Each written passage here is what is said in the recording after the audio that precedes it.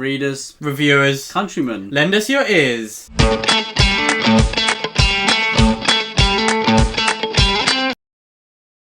Welcome back to the channel. Today on the Brothers Gwynne, we are going to be talking about darkest books. And no, we don't mean how dark is the cover. We mean how dark is the story, the content, the themes. What are these books about? And what are the dark, terrible, gritty, brutal things that drive them? And that doesn't necessarily just mean violence. Some of it is just the melancholic, sad tone. Or the aesthetic as well. So yeah, that's how we're doing it.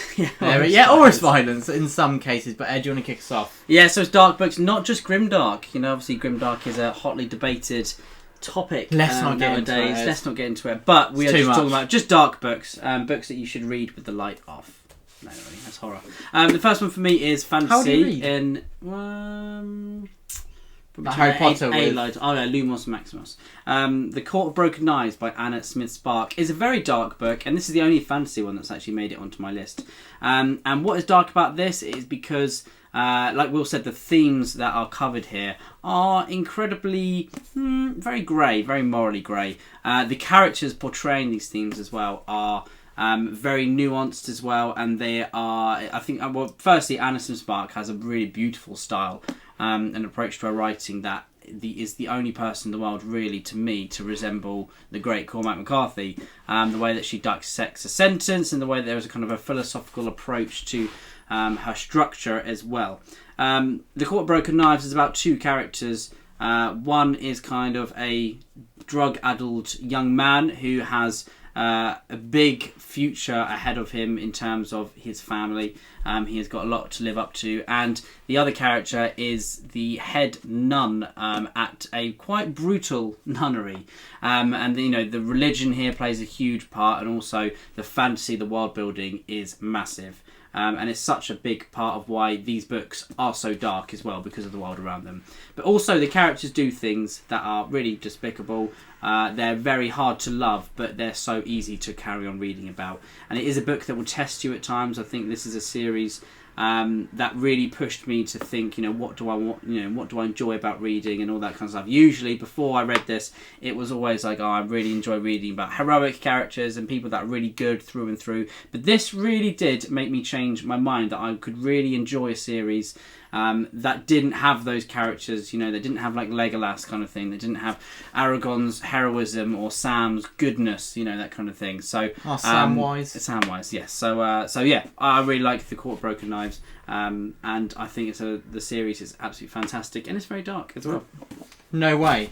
Hence watching the video. Never would have guessed. Next up, I have The Blade Itself by Joe Abercrombie. And this book, this series, The First Law, is a clear example of how the genre of fantasy has evolved over time. In traditional fantasy, we're very used to the tropes of good versus evil, the chosen one. Many more of those kind of ideas that we've seen again and again. And they can still be done in really interesting ways. But Joe Abercrombie takes those ideas and throws them out the window. He completely subverts them. There is no good side, there is no bad side. There are some characters we're rooting for, there's some we are not rooting for very clearly. A lot of them are just, they're morally grey. There is no, I'm fighting for this cause or another. I'm fighting for my own cause. Self-preservation is the number one in this world. And that is what makes it quite a dark, gritty read, because there is no kind of cause for anything. It's all about that kind of hard fight for survival, because this is the world where death is present at every corner. It is looming everywhere, and it is hard to avoid.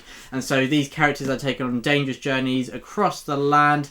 And yes, as I said, the number one is a focus on survival. And yes, that is what makes The First Law very, very different, very dark as well. The characters, I love the contrast between their internalized thoughts and what is externalized. It really creates that feel of you cannot even be honest in the world that is being presented. And it's very humorous at times, but it's dark humour, satirical. And yeah, I absolutely love that. It clicked for me. It's kind of that dark British humour, isn't it? And so yeah, Joe Abercrombie has that in abundance. Very dry wit. Yes, exactly. He has that in abundance. And The First Law overall is a dark read. It is considered grimdark. Again, let's not get into the term of how to, what do we call grimdark and all the different boundaries that could fall into there. We won't get into that, but grimdark overall just means that, as I said, there is no good or bad. It is more morally grey. Is that what it means, though, Will? Oh, no. You said not to I mention did, it, I and did, you've fallen but, into the pit. The trap. See, Yeah. you lured me in. You started this. Thank I blame you. But yeah, so that's kind of what Grimdark may mean. But yeah, that is the first lore, and yes, I would definitely put the Blade itself in my favourite dark books. Grimdark books, as you said.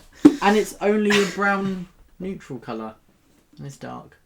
How can a book be so dark when it's beige? I know. Unbelievable. Crazy. The next one for me is Cormac McCarthy's Blood Meridian. How could I have a? Are you sure that's how could got I have a place a in this book? list? How could I have a list of dark books without Cormac McCarthy on there?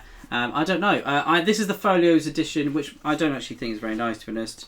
But I got it anyway because it's Blood Meridian. I'd like to have The illustrations, not the book. Well, the book isn't very nice either. It's Yeah, pretty that's grim fair enough. and it's pretty dark. But why is this on my list of darkest books I've read? Because nothing is as dark as history, and this book is based on Samuel Chamberlain's book. And this man was a soldier in the 19th century, and he took part in the Mexican War, and also he took part in some pretty nasty acts, as did people that he was with. And this is all based on people collecting money for taking scalps of Native Americans. So some people, bands of people, will be in Mexico, be on that Mexican-Texas border, and then they would be paid by the Mexican government to go and just butcher villages, to go and kill Native Americans, take their scalps, and they would get paid a certain amount of dollars after each scalp. And Blood Meridian is a tale of a young boy getting mixed up in a crew who basically go around and do this, and then about their kind of escapades on the way. And it is incredibly dark in terms of the themes, in terms of what actually happens and the brutality of manifest destiny. And I think Cormac McCarthy is one of the only writers who could probably write about something so intensely brutal and real, and also put a really philosophical twist on it that actually feels like it not does it justice, but it feels very, very heavy, doesn't it? It's thought-provoking. It is very thought-provoking, and it feels like he does such an amazing job of actually kind of covering what actually happened in this brutal time period. So yeah, I absolutely love his writing, and I think the characters that you meet here, they commit some atrocities, lots of atrocities, and that is one of the many reasons why it is such a dark book, but also because of the characters, their mindsets as well. It really is a pushing and a testing read because of what happened in this time period, especially when you know that this is real and it all happened as well. Yeah, it's a book filled with acts of evil, and as he said, it's not just the events that unfold that make it dark, it's the mindsets of the characters and the hegemonic values that are permeated through this time that Cormac McCarthy does a very chilling but successful job, I'd say, with what he was aiming for. Oh yeah. Yeah. So there we go. Next one for you. Next for me, At Night All Blood is Black by David Diop. So this is it was originally written in French and it won the International Booker Prize last year, I believe. The original title translated as Blood Brothers, and a poignant title, as well as this. I think it's a great title as well. Both are brilliant. This is a book set in World War One, and it's about the exploitation of colonies during World War One, as these are two Senegalese soldiers who are part of I believe it's part of the French Empire, Senegal was, and they're taken to the front line, and you see how they're ostracised because they're Senegalese, and also how they are just used and, as I said, exploited. And this is a book where the main character is called Alpha, and his friend is fatally wounded on this front line, and his friend asks his friend Alpha to kill him to end his suffering, and Alpha cannot bring himself to do that, but his act of not being able to do that haunts him afterwards, and so he sets on a quest for vengeance, and almost like a tradition of sacrifice. Every night he does something, I won't say what, but yes, he does something which is pretty horrifying, and you see this book is really a story about a descent into violent madness, and so yeah, it's pretty dark, and at the same time as this kind of character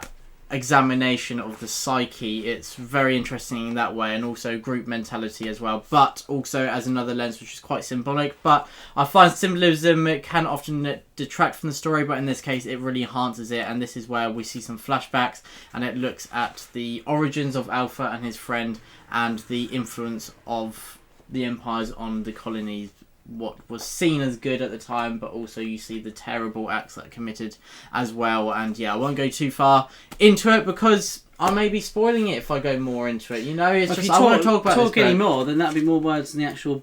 I know it's a pretty slim book, isn't it? But yeah, I definitely recommend this. But you have to be in a certain mind space to dive into it.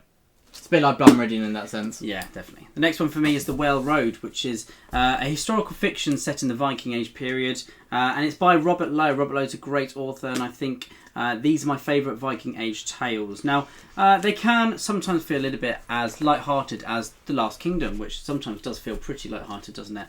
I did see that, by the way. You don't think you go away with it. But as these books get deeper into the series, I know we said books, dark books, but this is a series I would say is dark because the deeper it gets into the series, the more the main character's mind is becoming plagued with things that he and his compatriots have done and the things they've committed over their years. And he's pretty He's disillusioned pretty quickly. He is disillusioned, and I think one thing that makes this series so dark is because the moral greyness of the characters. I think when you read Bernard Cornwell, the characters do kind of have that kind of heroic level, or that they don't feel too real sometimes. The characters. I think Uhtred, as he gets older, I think he definitely does. But I think in the early books, he definitely doesn't feel too real. But these feel sometimes actually too real because it feels like they're committing things and they're doing things that obviously we have read about, that have been written in history, and it's a little bit like Blood Meridian. Like I said, history is the darkest thing out there and people can't make up things that are as dark as that. And yeah, there are some things that happen in these books where the main characters where they do things, but they are very plagued as well in their minds about it, and it really is a kind of very interesting commentary about what was acceptable during this time period, and it's really interesting to read about as well. I think obviously it is a world that's very bloody, lots of murder and all that kind of stuff going on, so it's interesting to see how the characters' minds are affected by that rather than just thinking that they are mindless and that it's just water off a duck's back. Very nice said, and I've read the first 2 installments and yeah, I agree. It's pretty dark. Wait till number 3. It fits the theme. Next up I have We Are the Dead by Mike Shackle. This is a dark book. Guess it or not. But yeah, so this is a dark book that the premise is, what if the bad guys won? What if Sauron won and took over the Shire? So yeah, that is what the beginning of this book is about, and I absolutely love how it plays out. It's basically a resistance in, I don't know why I feel the need to say resistance in a French accent. A terrible French accent, may I add. But yeah, it's about a resistance in a city fighting against this new regime. And it's about some people who are actively in this resistance, those who are trying to suppress it, and those who are just caught in the midst of it. And as I said with the Blade itself, much of the point of this is people trying to survive. And whether it's long-term or short-term, it's all about that kind of survival. But we do have some nice elements in here as well. There's some parts where it's a bit like what I said I love about Gates of Fire, that kind of philosophical idea of sacrificing yourself for something greater, and that is present in We Are the Dead. So it's not all bleak and gritty and sad and melancholic. There are some moments like that. Not many, but there's a few. And yeah, I really enjoyed it. Again, we have characters who feel very real and visceral and authentic, which I've really enjoyed, and that kind of leans to the dark, gritty aspect as well, that these people are bogged down by the atrocities that are committed, and the world they live in of constant danger. I mean, that would erode your trust and happiness and joy, wouldn't it? It would to anyone, and We Are the Dead really shows that, it illuminates those aspects of humanity, and it's a dark read. I mean, when you've got to cover that as red with a mask like that, it's not going to be a happy one, is it? The next one for me is called The Sun by Philip Meyer, which is sort of kind of a literary fiction, historical fiction, if that were a thing. And The Sun is a story that covers 150 years of American history, specifically Texas history. And it starts off with the main character called Eli McCullough, and he is born on the day that Texas becomes independent, I believe around the 1830s, 1840s. And then as a young boy, he is captured and kidnapped by a band of Comanche, which were a Native American band living in the Great Plains during that time period, during the 19th century. And his whole thread is about him growing up in this band and becoming a Comanche, and then what he does later on in his life. And then there is another thread who is actually his son much further down the line, and then another thread that is also his granddaughter much further down the line. And you see how Texas specifically again has changed throughout those years, And it has got such a dark and bloody history that I think not many people know about. And I think I've watched quite a few interviews with Philip Meyer, and he said the reason he wrote this book was because the amount of people he spoke to and who didn't, had no idea about the brutality and the way that Texas actually became a thing and became such a prevalent part of the US, that he just felt the need to go and explore that through writing a novel. And I think he achieves so many fantastic things with this novel. It really kick-started a passion of mine reading about this time period and also that part of America. It is dark because it is, again, like I said about the Whale Road, it is a time period where there is lots of brutality, there are lots of atrocities committed that were just natural to those people for some reason. It's just, people live a violent way, don't they? And I am interested to read about that. And the band, the Comanche, lots of them committed lots of very, very brutal atrocities, and the way they lived was a very different way to that people live today, most people anyway. But I also think that the threads after that time period, when you think everything should become more civilized, that it really isn't, and the people actually have, it is again people being people, and people turn things into their kind of that to fit their own mindset, and they do what they want to do at the end of the day, and that's all about these characters doing just that. So I think it's a really important read, and it's very easy to get swept up in it as well, because it covers such a huge expanse of time. A lot of the books are talking about bare roots to historical details, don't they, and historical periods, because as you said, nothing is more dark than history, and yes, it sounds like The Sun is no exception to that. So next up I have a fancy Empire of the Vampire by J. Christoph. So this is a vampire book, which is a lot of people saying that they kind of fallen out of love with that kind of subgenre, but now they are back in. They thought they were out, but they've been sucked back in. I wish I was Michael Corleone in some ways. I presume you said sucked because it's a vampire book. Oh, should have. I missed out on that. See, you said it though. No, I didn't. You said sucked. I did suck, yeah. When exactly. really it's pulled. So... I should just leave now, shouldn't Yeah, I? you did But anyway, say Empire of the Vampire, this is a brilliant book, in my opinion, one of my favourites of the year, and perhaps of all time as well. And so it's very funny at times, but again, like I said, it's big enough to, it's dry it's humour. easy to bite into. It has to be dark as well when it's it could be used as an actual weapon. So yeah, double whammy there. But and Empire of the Vampire, high stakes. You keep them rolling and keep them rolling. I will. But I'm just going to talk as you do it, and you can them. just kind of add in, interject with some little funny comments. Thank you. But yes, so Empire of the Vampire, I think it's really great, very funny, but as I said, the blade itself is dry humour, satire, dried of blood, sucked the blood all out of it. No, it's not working. It is. It's not working. It is. Please someone comment saying that joke worked. Probably didn't. But anyway, yeah, this is great. It's very dark though. It's about a character who's basically lost faith in humanity and the undead. But yes, so Gabriel De Leon is a very great leading character, and this is the story of his life. He's basically being interviewed with a vampire. But yeah, so that is the premise for the book, and it's very dark, as I said. There's vampires loose on the world, and at the beginning of this there's something called Day's Death, and I don't know what Led's laughing at. I'm going to become very self-conscious pretty quickly, but as I was saying, Day's Death has arrived, and that means the sun does not shine as brightly, and there's a terrible, terrible thing that does. Not only does it affect the agriculture and stop many things growing, vampires can now roam free. So barley is no more. Barley is a dark. You don't get wheat. But yeah, so this is a very dark read. It's got creatures roaming the hills, and yeah, as I said, Empire of the Vampire is a dark read. I've never seen someone say that so many times. It's so dark. Hopefully I can edit so like, who the said lights that? dimming. Yeah. All right, the next one, the last one for me is how could I have a book, a list of books. Oh. How can I have a list of books about dark books? It just does. I don't feel like we're saying words anymore.